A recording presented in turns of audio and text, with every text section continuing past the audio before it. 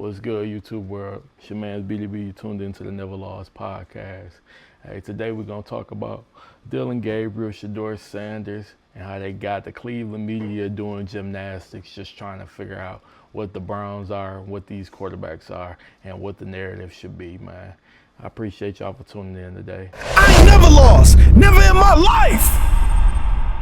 All right, I appreciate y'all for tuning in. So we got 92.3 The Fan, man. I like they pod. I tune in all the time.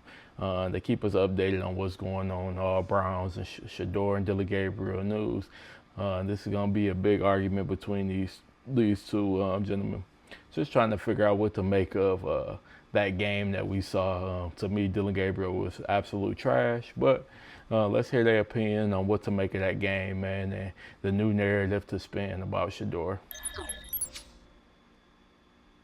He threw the ball 18 times yesterday, and not all 18 attempts are the same, right?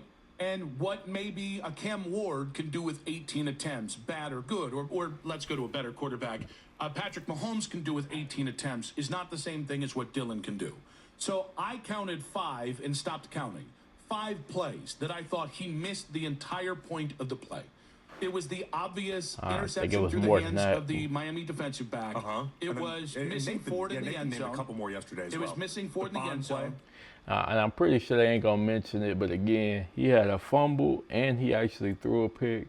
But for whatever reason, late flags came in. Both of those were absolutely not penalties. Even the people who were commentating on the game didn't know what was called. I don't know what was up with that, but he fumbled and he had a pick in that game. But this probably not gonna get mentioned because obviously it didn't count. But let's tune back in.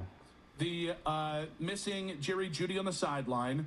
He missed Quinshawn wide open in the flat to scramble for a few yards, and then the Bond play. Which again, these type of plays will happen when you're dealing with somebody that you think is a backup quarterback. Well, they will happen with starting quarterbacks. I can forgive them if I think you're a starting quarterback.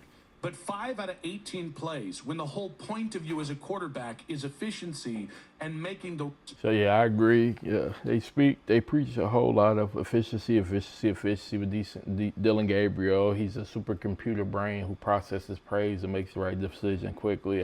I haven't seen any of that.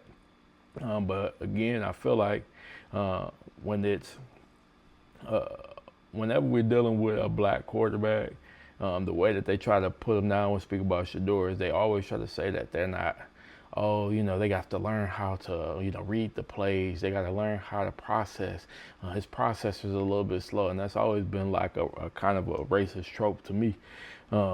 Always when talking about black quarterbacks, man, at least until they win the championship. Even when they win, they still kind of harken back to that and say, they're not processing at a level like Tom Brady or Peyton Manning or any of the legendary quarterbacks, man. But let's tune back in and more what they had to say.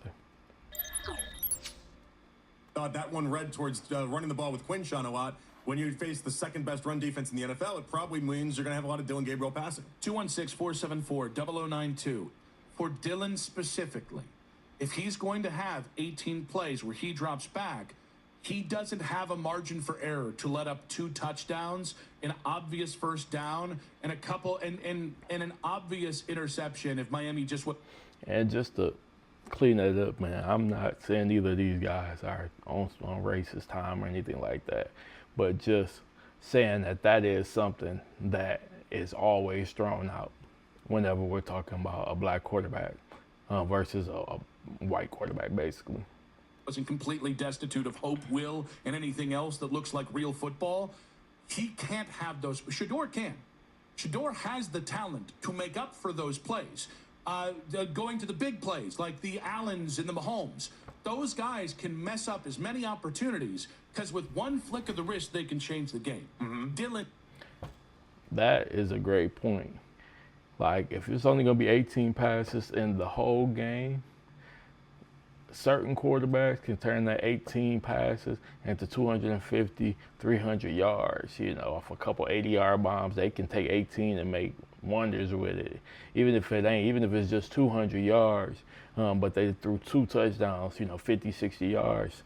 Some people can make magic with it. Again, Dillon Gabriel, he's definitely not one of those quarterbacks. Can't. And we talk about, I know so much of his ability to stay in the game as the starter is going to be about him getting wins. I don't think with Dylan that's the only way to measure his success. Yeah, and I tend to agree with that. Because the defense is so good, because the running game is actually pretty good too.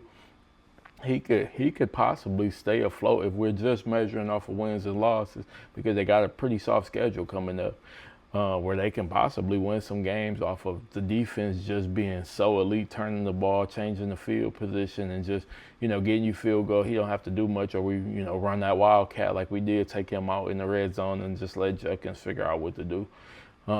So that can definitely, could be effective. It can be effective.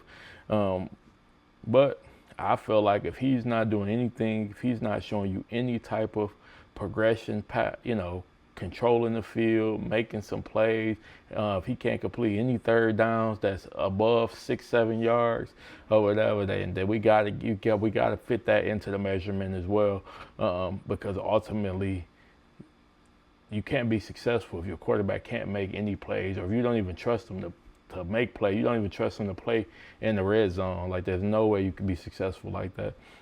Measurements that suggest that Dylan Gabriel in week 3 was not just an absolute disaster. That's all we're pointing out here. There are also a lot that suggest that he was an absolute disaster. Well, again, 47 is not, that's not what Tua was. Tua was 27 in PFF over the ranking. He was 26 out of 36 quarterbacks. Actually, no, he was on passing grade, he was 27 out of 36, week 7. Right, again, Tua was 27 total overall. That's not the bar. Absolute last. No. We were talking about absolutely vomiting all over your shoes. That was the point we kept bringing up, was the idea that Tua, he was showing you in a game how you absolutely lose a game, you throw 3 interceptions, you got no control of anything.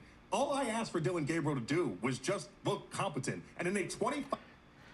You can't say all you asking him to do is to look competent, but you're saying he's a starting quarterback over Shedeur Sanders. That don't make sense, man. If you're a starting quarterback in the league, just looking competent, that's fucking insane. You don't get to the NFL without being competent. That's a dumb take. 5-point win, he looked competent. That's all he needed to do. 27 out of 36 quarterbacks competent? Completion percentage competent, Is 27 out of 36. Is 11th in EPA competent. He had 2 plays that I forgot what the acronym is for, but turnover worthy plays. He had 2 out of 18 passes that should have been turnovers. He had one where he actually did throw a pick, but they threw a flag and they gave it back or whatever. Again, the fumble, I'm gonna keep pointing those out because those flags were super late, and those flags, the commentators couldn't even figure out where the penalty was. So I'm gonna keep pointing that out. But yeah, the bar that which we're measuring him, the mental gymnastics that we have to do to just give a reason as to why he should get more opportunities to keep playing is insane. It's fucking insane, because I can guarantee you when the moment Shedeur gets in the game, that's not going to be the bar. He's going to get judged like fucking Pat Mahomes. Matter of fact, he's going to get judged like goddamn Tom Brady. But it's cool. We'll let them keep on. His 2 touchdowns taken off the board because of your decisions when you're looking right at Quinshon Judkins. Exactly. Is that competent? Yes, there was competence there. Yes, you're putting it towards a different measurement than I am. I think that's where the hang-up is. This is a little bit frustrating, because it's the bar that he's trying to set, the expectations that he's trying to set is just bullshit. But I'm trying not to cut him off no more. I'm gonna let him keep rocking, man. Yes, you're putting it towards a different measurement than I am. I think that's where the hang-up is. You're putting it as if this is some all-time great Dylan Gabriel game. It's not. It's not. It was not even. It was not even any measure. Right. That's what he's saying. Won by 25. That's what he's saying. The job for Dylan Gabriel is to win the game. Bro, he had no impact on them winning by 25. I promise you. They got a defensive touchdown, and when they flipped the field for 2 possessions in the red zone that they scored touchdowns on, so 21 of those points, Dylan Gabriel wasn't even on the field. So this shit is nonsense. In the game. No. He threw the ball 7 times in the first 3 wins and quarters. losses. He threw the ball 7 times in the first 3 But quarters. what quarterbacks do we go? Well, you got to win, so it doesn't matter how you With play. the backup quarterback, that's what you do. With Mac Jones, win the game. He's the starter. He's not the backup. Start with Mac Jones. We don't care how the it starter. looks. With, no. He's Exactly. a backup Exactly. quarterback. That's all He's I'm the judging starter. him off of. No. You have to judge him as he says No, they he's are. the second He's their quarter. He's starter. the second quarterback off in the season. He is the back. What the fuck? What's going on? What's going on? Like, He's their quarterback they drafted, and they felt comfortable. Jesus Christ. We got some sense over here. We got some sense over here. I don't know what the hell he's talking about. Starting him in week 5. We cannot lower the bar. I think it's fair. Wait, If we do I do this, want by to the see way, Dylan Gabriel if we play do this football? with No. Shador, if we do No, I this don't. with Shador, I am lockstep with you, right? 5th round pick. You're going to go to him week 12 when maybe the team is given up. Yes, you're putting. I think it's fair. Wait, If we do do I this, want by to the way, see Dylan Gabriel if we play do this football? with No. Shador, if we do No, I this don't. with Shador, I am lockstep with you, right? 5th round pick. You're going to go to him week 12 when maybe the team is given up. Totally makes sense. When this dude's starting in the meat of the season with the expectation to be competitive, he was not competitive yesterday. Quinshawn, competitive. The defense, competitive. Jeez, somebody got some sense. He was not competitive. He made mistake after mistake after fucking mistake. Like, they didn't even put him in the red zone. Like, I'm trying to keep it together, but what the fuck? What are we talking about? What are we talking about? They had some guys that made some plays yesterday. Hell, I thought the offensive line looked like they might actually. I mean, he missed Not 5 passes completely and didn't turn the ball over. Facts. That's all you're asked to do in 5 that role. passes out of 18. Well, he threw 18 passes. He had 2 turnover-worthy plays in them 18 passes. He actually threw a pick and fun. I promise y'all. Please go back and watch that game. Why? If you could play that game from scratch, you got one of those NFL replay, whatever, where they show the whole game, man. Watch his pick and watch his fumble and watch how late they throw that flag and switch the play around, man. Again, I don't like the conspiracy theory, but I really felt like they was trying hard not to let Shador in the game, and this is a completely different ball game if he throw that pick, because they didn't even have points on the board and fumble. This was very early in the game when this happened. They might have had 3 when the fumble happened. I'm not sure. But please go back and watch that game and see how late those flags came in, and then watch the replay when the commentators are talking about where's the penalty, and they couldn't even figure out where the hell the penalty is. This shit is nonsense. That's When all you're he's the asked to do in efficiency that guy. role. You're asked to do. That's all you're asked to do in that. This is the difference. He threw 18 passes. If you throw 18 passes and you turn the ball over, you just suck.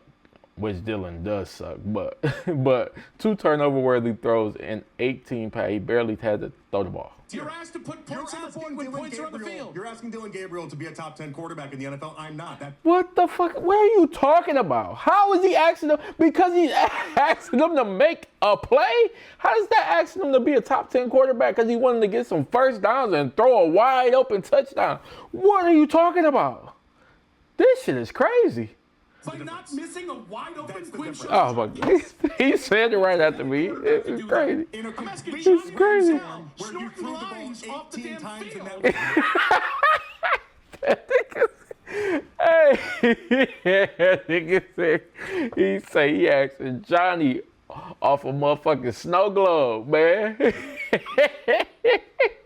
He said fresh off the ski slopes, man. Johnny could throw that goddamn pass. That he out of fucking control. And he said Johnny fresh off the ski slope. Oh, you're nuts. You're gonna have misses. You won the game by 25. I'm judging him how I judge Mac Jones.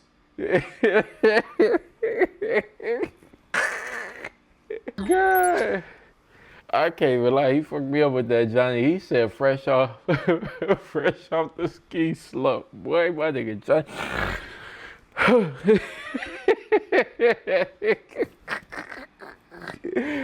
Oh my God, they crazy. Hey. Hey, let's tune back in, man. Hey, I don't know what's up with Buddy, bro, but fuck Buddy on him, but y'all something. Oh, let's keep it going. That's with normalized garbage. That's with bad games. Normalized That is a garbage. fact. That's all I think that's hey. where the difference.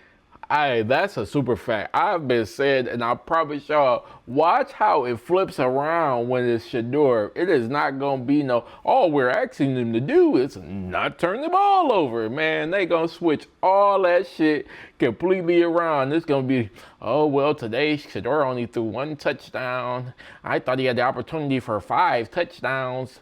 He missed a throw. It was his only incompletion of the game, but it was just a bad miss. Like, they gonna have so much bullshit. Oh, yeah, his receiver dropped the ball, but in that situation, he just shouldn't throw it so hard. It's gonna be so much bullshit. Watch when Shador get in. Watch the bullshit, bro.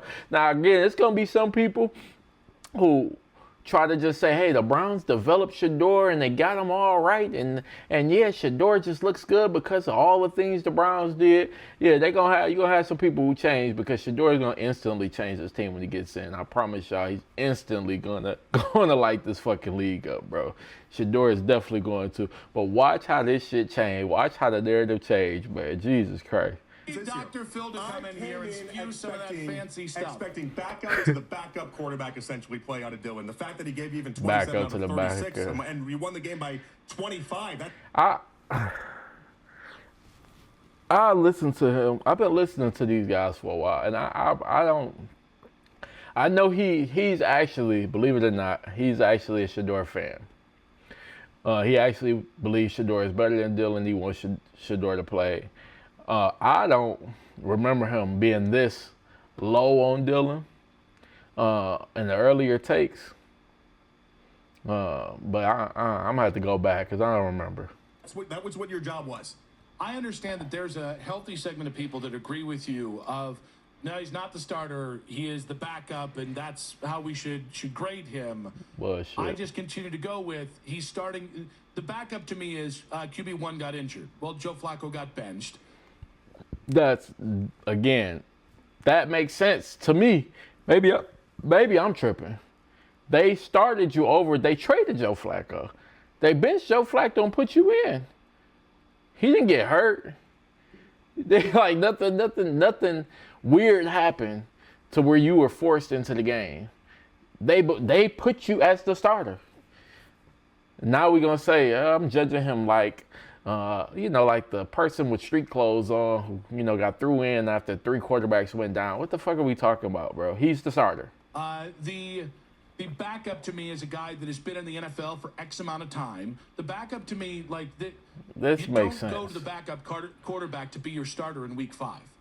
And the Browns have put Dillon in this situation for better or worse, and so we should all be grading. And it's not just Dillon. It's Shador too. When we say take a look at one of these quarterbacks, hey, it's Dillon. It's Shador too. Again, fair. This is fair. When we say take a look at one of these quarterbacks, you have to be grading with the eyes of, do I think you are a starting quarterback? And I think there's this narrative, or there's this idea that you have to have the perfect set of circumstances. You're not saying this, but there's this perfect set of circumstances that, and it'll never happen. It'll never happen. A great O-line and the great pass catchers and a great tight end and a great no, it's the NFL.